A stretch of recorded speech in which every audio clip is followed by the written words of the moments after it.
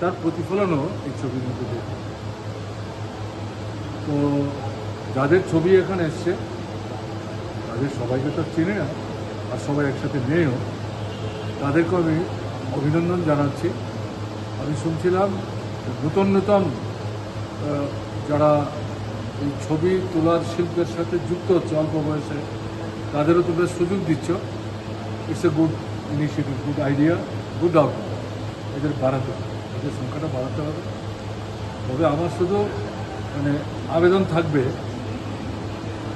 জনজীবনের যে সমস্যা, এর থেকে উত্তরণের জন্য যা মানুষের প্রচেষ্টা, এটা ছবিতে প্রতিফলিত হয়।